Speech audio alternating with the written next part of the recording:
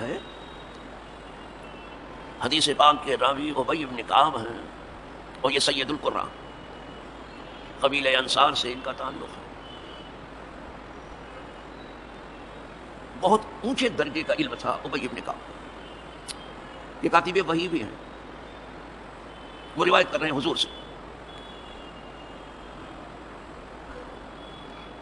ابی بن کعب اللہ کے اس قول کے بارے میں کہ جبکہ تمہارے رب نے اولاد آدم سے جب عہد لیا, ان سے جو آدم علیہ السلام کے پشت سے نکلے تھے, قال جمعہم, ان کو جمع کیا, فجعلہم ازواجا, تو ان کو کر دیا جوڑا جوڑا. ثم صورہم, پھر ان کی صورت بنائی. فاستنطقہم, پھر انہیں گویائی عطا فرمائی, یعنی بولنے والا. فتکلموا, پھر انہوں نے بات کیا.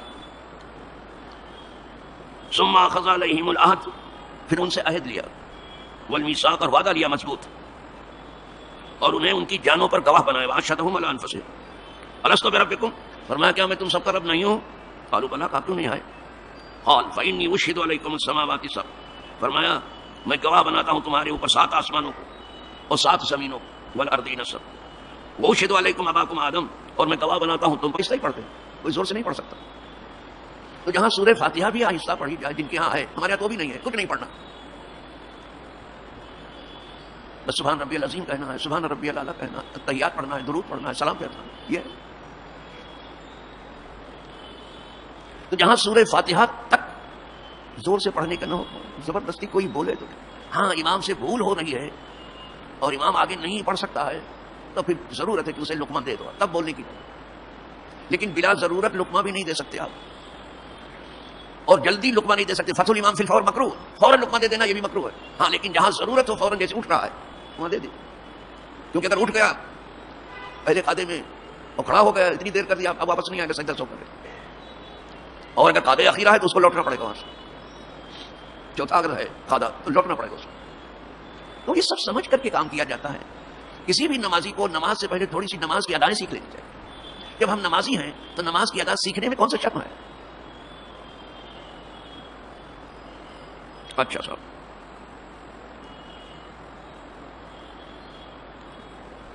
لا الہ غیری, میرے سوا کوئی معبود نہیں, ولا رب غیری, اور میرے سوا کوئی رب نہیں ہے. مطلق رب کسی کو نہیں کہہ سکتے آپ, اضافت کے ساتھ تمہارا بیانی صغیرہ میں ہے, مطلق نہیں کہہ سکتے. ماں باپ کے پالنے میں بھی اصل پالنے والا وہی ہے. ولا تشرکوا بی شیئا, اور تم میرے ساتھ کسی کو شریک نہیں کرنا. انی سأرسل الیکم رسلی, میں ان قریب تمہارے پاس اپنے رسولوں کو بھیجوں گا. رسول آئیں گے تمہارے پاس, کیا کرنے آئیں گے؟ یذکرونکم عہدی و میثاقی, جو تمہیں یاد دلائیں گے جو تم نے مجھ سے عہد کیا ہے اور وعدہ کیا ہے. رسول اسی لیے کہ وہاں تو کہہ کے چلے تھے کہ تیری ہی بندگی کریں گے, تو ہی میرا رب ہے. تو یہ اگر آپ کو یاد نہ رہ جائے تو یاد دلانے آئیں گے. جن کو یاد ہے تو سبحان اللہ, جن کو نہیں یاد ہے رسول یاد دلاتے ہیں.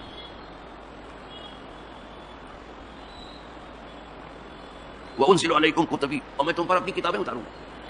اسی لیے بہت کتابیں, 4 تو بہت بڑی بڑی کتابیں اتری ہیں, تورات ہے, زبور ہے, انجیل ہے, قرآن, اور جانے کتنے صحیفے اترے ہیں, کتابیں بہت اترے ہیں. جس کے پاس آسمانی ہدایت ہے وہ بہت اجالے میں ہے, اور جس کے پاس آسمانی ہدایت نہیں ہے, آسمانی کتاب نہیں ہے, وہ اہل کتاب نہیں ہے, وہ اندھے کی لکڑی گھما رہا ہے, کبھی ادھر جا رہا ہے کبھی ادھر جا رہا ہے.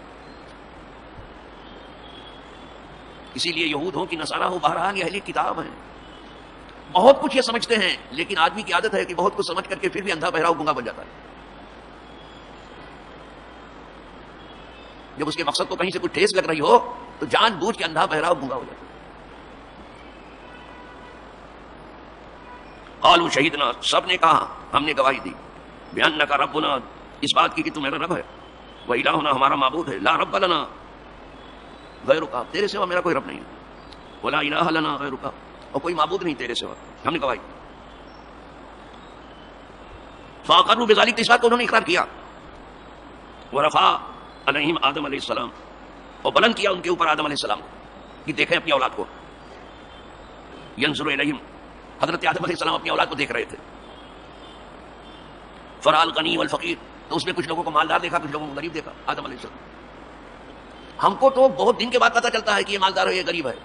اللہ والوں کو پہلے ہی سے معلوم ہے کون مالدار ہے کون غریب ہے. دیکھ رہے ہو آپ، اسی دن دیکھ لیا کہ کون مالدار ہوگا کون غریب ہوگا. اس نے دیکھا آدم علیہ السلام.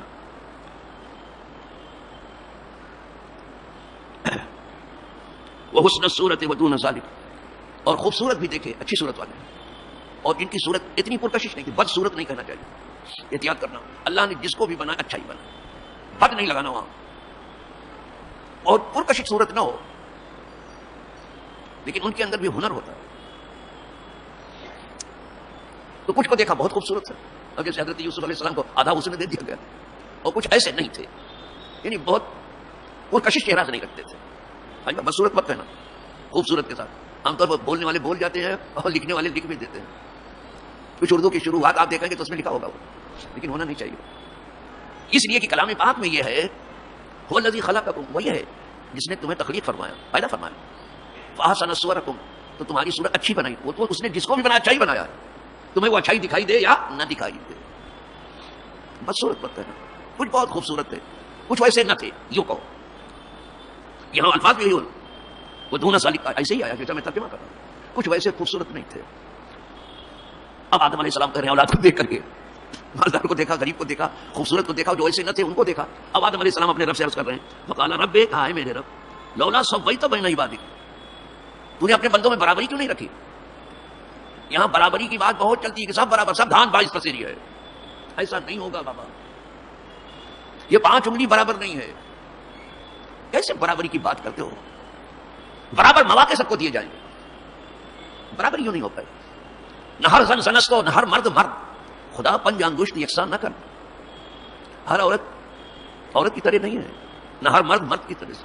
خدا نے 5 انگلی جو ہے برابر نہیں رکھی ہے. اپنی انگلی کو دیکھ لو، اگر بڑی برابری کرنی ہے اپنی 5 انگلیاں برابر کر لو تو پھر دنیا میں برابری کی بات کرنا. برابر مواقع دو، آگے بڑھنے کے، ترقی کرنے کے مواقع برابر نہیں ہوگا، برابر نہیں. اچھا صاحب، لیکن آدم علیہ السلام کہہ رہے ہیں، اب آدمی کیونکہ یہ مسئلہ اٹھاتا ہے، اب یہ فکر میں ہے کہ عورتوں کو برابر کا درجہ دے دیا جائے تو کیا عورت کو مرد بنا دیا جائے یا مرد کو عورت بنا دیا جائے. وہ بھی کر رہے ہیں یہ لوگ، ہر بیکار کا کام لے کے بیٹھے ہیں. اور اسی کا نام انہوں نے آزادی رکھا، اسی بربادی کا نام انہوں نے آزادی رکھا. ننگے پن کا نام، عریانیت کا نام، فحاشی کا نام، عیاشی کا نام. یہ آزادی نسواں ہے.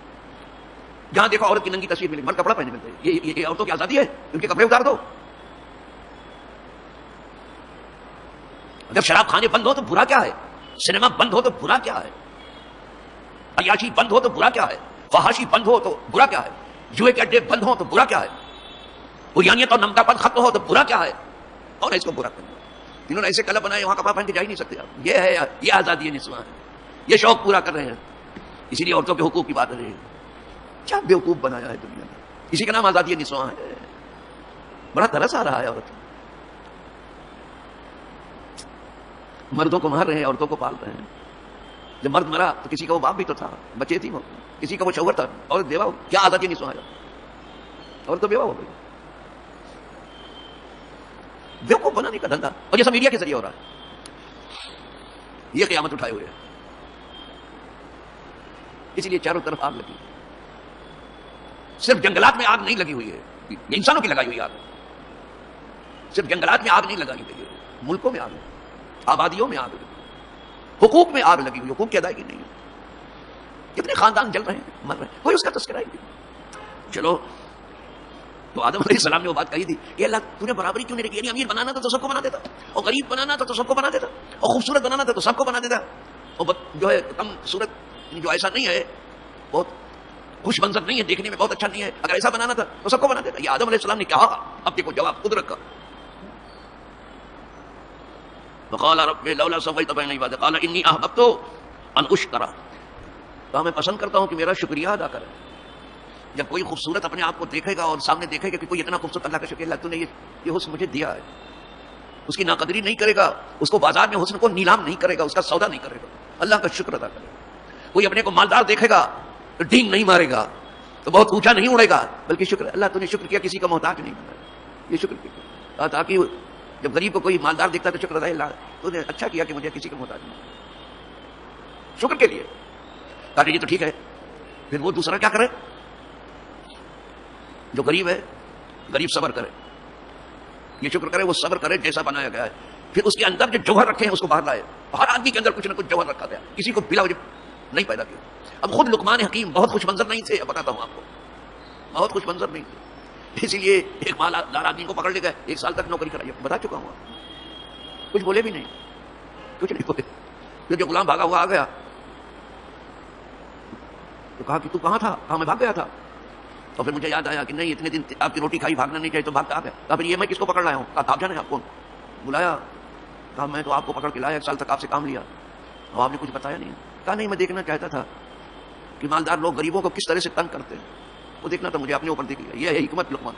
اس حکمت نے ان کو ایسا کر دیا تھا کہ بادشاہ اپنے ہاتھ سے لقمان دیتا تھا حضرت لقمان، اور اپنے برابر بٹھاتا تھا بادشاہ. اور کوئی بھی پھل آتا تھا تو پہلے لقمان کو کھلاتا تھا پھر کھاتا. ایک مرتبہ خربوزہ آیا نیا نیا بالکل، لقمان کو دیا کہ لیجیے کاٹیے، آپ حکیم ہیں اور کھائیے. کہا یہ کاٹیے اور کھائیے. خود نہیں کھایا بادشاہ نے، کہا لیجیے کاٹیے اور کھائیے. لقمان نے اس کو لیا، خربوزے کو کاٹا اور کاش بنا بنا کے کھانا شروع کر دیا. پورا خربوزہ کھا گئے. وہ پہلا خربوزہ آیا تھا، ایک کاش رہ گئی، سے ایک آنکھ رہ گئی. بادشاہ نے دیکھا کہ یہ بھی چٹ کر جائیں گے کیا، یہ تو پوچھ ہی نہیں رہے مجھے کچھ. کہا آپ کی اجازت ہو تو میں بھی ذرا چکھ لوں. بادشاہ نے کہا، بادشاہ کو کہنا پڑا صاحب یہ ہے لقمان، دیکھنے میں بہت خوش منظر نہیں تھے. کہا آپ کی اجازت ہو تو میں بھی چکھ لوں یہ پہلا خربوزہ. کہا ہاں بالکل. تو وہ کاش ان کے حوالے کر دیا. اور جب بادشاہ نے کھایا تو اتنا کڑوا تھا کہ تھو تھو تھو کرنے لگا وہ جلدی جلدی سے. بہت حیرت زدہ ہوا کہ میں تو ایک کاش بھی نہیں کھا سکا، اتنا کڑوا ہے. تھو تھو کر کے میں نے اگل، اور آپ پورا خربوزہ کھا گئے اور بتایا نہیں. یہ پوچھا لقمان سے. لقمان نے کہا جن ہاتھوں اتنے میٹھے نوالے کھائے ہیں کیا یہ کڑوا خربوزہ بھی نہ کھاؤں اس کا؟ یہ ہے لقمانی ان کی. برسوں جس کے ہاتھ سے، ماں باپ کے ہاتھ سے آپ نے کھایا ہے نا، اب آپ کو کھلانے میں کیا تکلیف ہو رہی ہے ان کو؟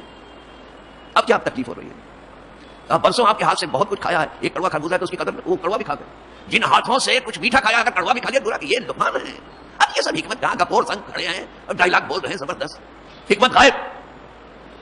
لگتا ہے کہ کہیں ان کا سودا ہو چکا ہے، ان کی ڈبلی ان کا راگ یہ پھر رہے، آتا جاتا خاتم نہیں ہے. جو سا چینل کھولو دیکھو کپور سنگ بیٹھے ہوئے. اور کبھی کپور سنگ ایسا لڑتے ہیں کہ 2 آدمی لڑتے رہتے ہیں، کچھ نہیں اس کی سنی جاتی نہ اس کی سنی. معلوم ہوتا ہے کہ مور لڑا رہے ہیں. اور کچھ احمد مل جاتے ہیں وہاں جانے کے لیے بیٹھے رہتے ہیں. وہ سمجھتے ہیں کہ اگر ٹی وی پہ آ گئے تو بڑا آدمی ہو جاؤں گا. اگر ایسے بڑا آدمی بنتا اور ایسے ذہین و بیدار مغز کہلاتا تو پھر تو کیا نہ تھا، پھر تو کیا نہ تھا. کچھ لوگوں نے یہی سمجھ، کچھ لوگ فوٹو کھنچانے کے لیے بیٹھا کسی بڑے آدمی کے ساتھ فوٹو کھنچاتے کہ میں بھی 30 مار کھاؤں. کیا سمجھتے ہو؟ یہ سب حماقتیں چل رہی ہیں. کچھ بڑی دعوت اٹینڈ کرنے میں لگے ہاتھ دھو کے بیٹھے ہیں. اس سے قدم چل لو. اپنی عقل کو پروان چڑھاؤ، اپنے علم کو پروان چڑھاؤ، اپنے عمل کو پروان چڑھاؤ، اپنے خلوص کو پروان چڑھاؤ، اپنی نیتی کو پروان. بدنیتی کے ساتھ کوئی پھل اچھا کبھی آپ کو ملے گا ہی نہیں. ہم نے کہیں نہیں دیکھا کہ کانٹا بونے والے کے سامنے پھول کہیں ملا ہو، نتیجے میں اس کے کانٹا ہی آئے گا. اسی لیے اللہ والے کہتے ہیں، بہت مزے سے کہتے ہیں کہ جو تو کو کانٹا بوئے تاہی بوئے تو پھول، تو کو پھول کے پھول ہے واقو ہے ترسول. آپ کی راہ میں جو کانٹا بچھا رہا ہے تو ذرا سا آپ ہوشیار رہنا، تم اس کے لیے ہو سکے تو پھول بچھاؤ. اس لیے کہ وہ کانٹا بو رہا ہے تو کانٹا اس کے سامنے آئے گا. کانٹا بو رہا ہے فصل کانٹے کی ہوگی، اور تم پھول بو رہے ہو تو فصل پھول کی ہوگی. اس لیے ہمارا ملک ہندوستان اگر کابل میں پھول ہی بو رہا ہے تو بھاگنے کی کیا ضرورت ہے؟ اگر نیتی سے ہی گئے تھے، پھول ہی بو رہے تھے وہاں، کون آدمی ایسا اندھا ہے کہ وہ نہیں دیکھا کہ آپ نے پھول کی کھیتی کی ہے اور آپ فصل کانٹے کی کاٹ رہے ہیں. لیکن اگر پھول نہیں کوئی بو سکا ہے، نیک نیتی سے کوئی نہیں گیا ہے، تو وہ دن تو پھر اس کو دیکھنا ہے، کہیں بھی جائے وہ بچے گا نہیں. تو کو پھول کے پھول ہے، پھول بولنے والے کے لیے پھول ہے اور کانٹا بولنے والے کے لیے کانٹا ہی. جہاں بھی جائے گا کانٹا سامنے آئے گا. امریکہ کوئی نیک نیتی سے آیا تھا، ملک کو لوٹنے آیا تھا اور قوموں کو غلام بنانے آیا تھا. میری غلامی میں قومیں غلام ہو جائیں اور ملک کی دولت وہ سمیٹ کے لے جائیں. اور اس کے لیے 1000 پنجرے بازی، 1000 فلسفے ایجاد کیے گئے. اصل بات یہ ہے لا حول ولا قوت الا باللہ.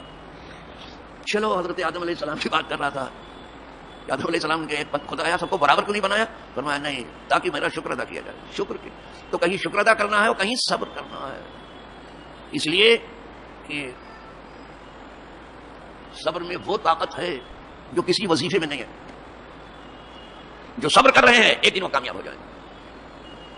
ایک دن تو ان کا ہے، دنیا ہی میں ہے صرف آخرت کی بات نہیں کر رہا، دنیا ہی میں. اور جو جبر کر رہے ہیں صبر کے بجائے جبر کر رہے ہیں، زیادتی کر رہے ہیں، وہ اپنے برے دن سے قریب ہو رہے ہیں. برا دن ان کو گھیر رہا ہے لیکن ان کو خبر نہیں ہے. پھر کتنا چاہے وہ ہاتھ پاؤں مارے. آدمی کے ہاتھ سے آدمی بچ سکتا ہے، خدا کے ہاتھ سے کون بچا ہے؟ ہمیں تو نہیں معلوم ہے، تمہیں معلوم ہوگا تو دیکھو. قدرت کے ہاتھ سے کوئی بچا نہیں. پورا یورپ تڑپ رہا ہے، ہماری بندھی ہوئی ہوا کھیڑ دی چند ہاتھوں نے، چند تنگ دست لوگوں نے ہماری بنی ہوئی ہوا کھیڑ. اور ان کے اتحادی بھی بڑے صدمے میں ہیں. کیا کرو گے؟ بڑے صدمے. ابھی تو یہ شروعات ہے. اور کسی کا یہ کہنا، جیسے اشرف غنی ہے، کسی کا یہ کہنا اشرف غنی کہ امریکہ کو نہیں جانا، 20 سال تو رہے یہاں، اور کتنا رہتے، کتنا اور رہتے ہو؟ 1-2 دن میں گئے ہو، ہاتھ پاؤں مارا. اور کسی کا یہ کہنا کہ ہم نے اتنا خرچ کر دیا کچھ حاصل نہیں ہوا. تو خرچ کس پر کر دیا؟ افغانی عوام کو کیا ہے آپ نے؟ اسلحے پر کیا ہے امریکہ. کیا بیوقوف بنا رہے ہو؟ آج کتنا خزانہ ہے افغانستان کے پاس؟ کچھ نہیں ہے. اور جو رہا وہ لے کے بھاگ گیا اشرف غنی. اسی لیے میں نے کہا تھا اس نے لڑنا امریکہ نے کم سکھایا، بھاگنا خوب سکھایا، زیادہ سکھایا. اور کہا خالی ہاتھ پر بھاگنا، میری طرح سے مٹھی بھر کے بھاگنا. بھاگ گیا. روسی سفارت خانے کی بات اگر مانی تو 4 گاڑی اور 1 ہیلی کاپٹر یہ خزانے سے بھرا تھا. اسی کی تعریف ہو رہی ہے. یہ عیب میں نہیں شمار کیا جاتا بھاگنے والوں کے یہاں. ارے ابھی کہاں تم نے دیکھا شریعت کو اور شرعی قانون کو؟ دیکھا ہے کہیں؟ نہ تم نے پڑھا ہے نہ دیکھا ہے. خدا دکھا دے تمہیں بھی ہمیں بھی. ہم تو خود ہی آرزو کر رہے ہیں کہ دنیا میں کوئی ایک حکومت تو ہوتی شرعی جہاں شیر و بکری ایک گھاٹ پہ پانی پیتا. خدا تمہیں بھی دکھا دے ہمیں بھی دکھا دے. ہم بھی تو آرزو میں دیکھا کدھر شرعیہ، جسے شرعی قانون خدا کا قانون ہے. خدا ظلم نہیں کرتا کسی پر، انہیں اپنے قانون پہ ناز ہے. وہ خدا کا قانون ہے جو کبھی نہیں بدلتا. وہ انسان کا قانون ہے جو روز بدلتا ہے، امینڈمنٹ ہوتا رہتا ہے. چلو صاحب، کہا تاکہ میرا شکر ادا کیا جائے، اس لیے ہم نے برابر نہیں رکھا.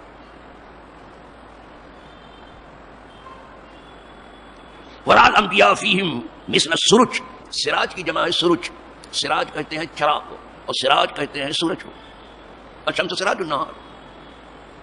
حضرت آدم علیہ السلام نے ان میں دیکھا جب اپنی اولاد کو، تو کچھ کے چہرے آفتاب کی طرح سے چمک رہے تھے.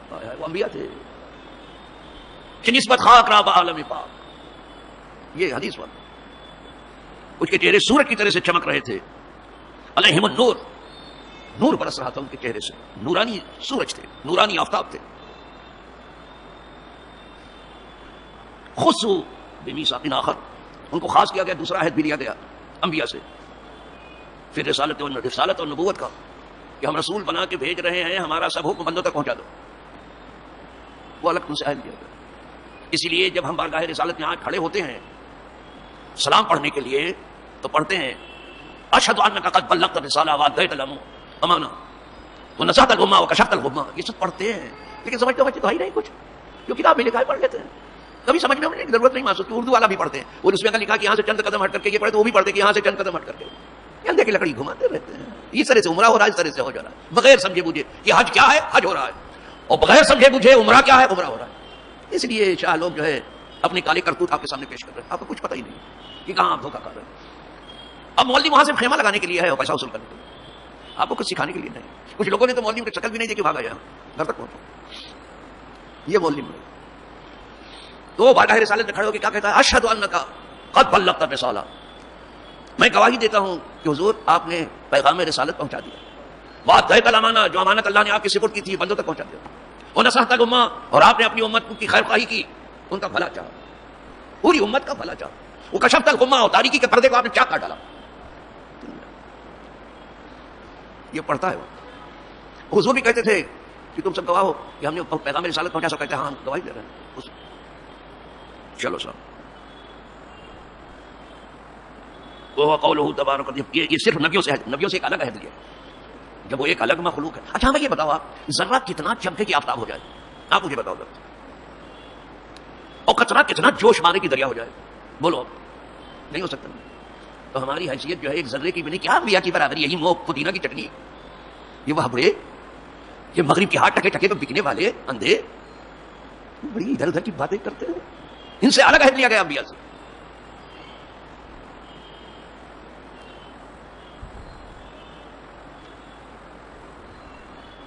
اور یہ اشارہ کیا وَإِذْ أَخَذْنَا مِنَ النَّبِيِّينَ مِيثَاقَهُمْ. یہ جب ہم نے نبیوں سے عہد لیا، نبیوں سے الگ عہد لیا گیا. وہ الگ مخلوق ہے بابا، اگرچہ بشر ہیں، بشر ہیں لیکن الگ ہیں، بشر ہیں. محمد بشر اللہ کل بشر، حضور بشر ہیں لیکن عام بشر کی طرح نہیں ہیں. وہ یاقوت اللہ کل حجر، وہ یاقوت ہے، عام پتھر. سب پتھر کہاں برابر ہے؟ پتھر تو سب ہیں. کیا پتھر سب برابر ہیں؟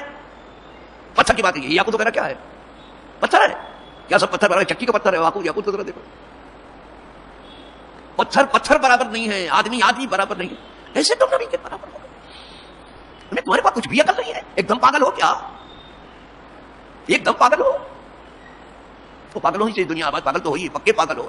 نہیں تو مغرب کے ہاتھ میں دکھتے تم، تو مغرب تمہارا سودا کرتا، تو مغرب کے تم سپاہی بنتے.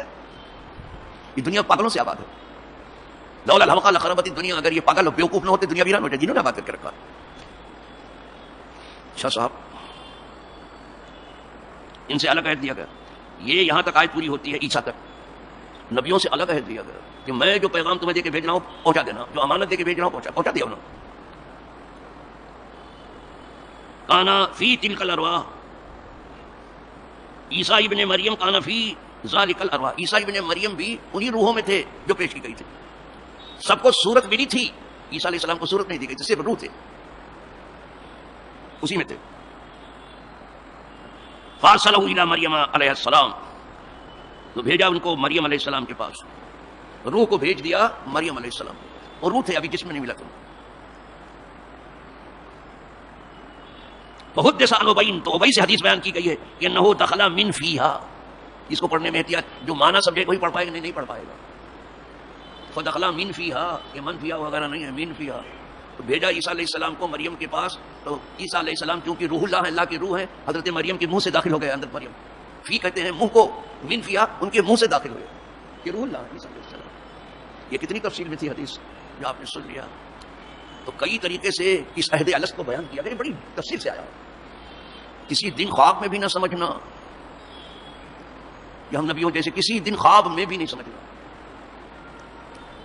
ارے ہم تو سوچتے ہیں جن اساتذہ نے ہمیں پڑھایا لکھایا ہے ہم ان کے جیسے نہیں ہو سکتے. جن پیر اور استاد نے نظر ڈالی ہے ہم پر، ہم ان کے پاؤں کے دھون کو بھی نہیں پہنچے. ہم تو یہ سب ان کے قدم سے اڑنے والی خواب کو بھی ہم نہیں پہنچے. چھ جائے انبیاء اور اولیاء اور سید الانبیاء. کتنے بے ادب ہو تم اور کتنے گستاخ ہو تم. اور یہ آگ جو دنیا میں لگی تمہاری گستاخی کی. بے ادب تنہا نہ خود را داشت بد، بلکہ آتش در ہما آفاق زد. بے ادب نے خود ہی کو بے ادب نہیں رکھا، بلکہ اپنی بے ادبی کی آگ ساری دنیا میں لگا دے. اللہ ہی بجھا دے. وآخر دعوانا الحمدللہ رب العالمین. فاتحہ.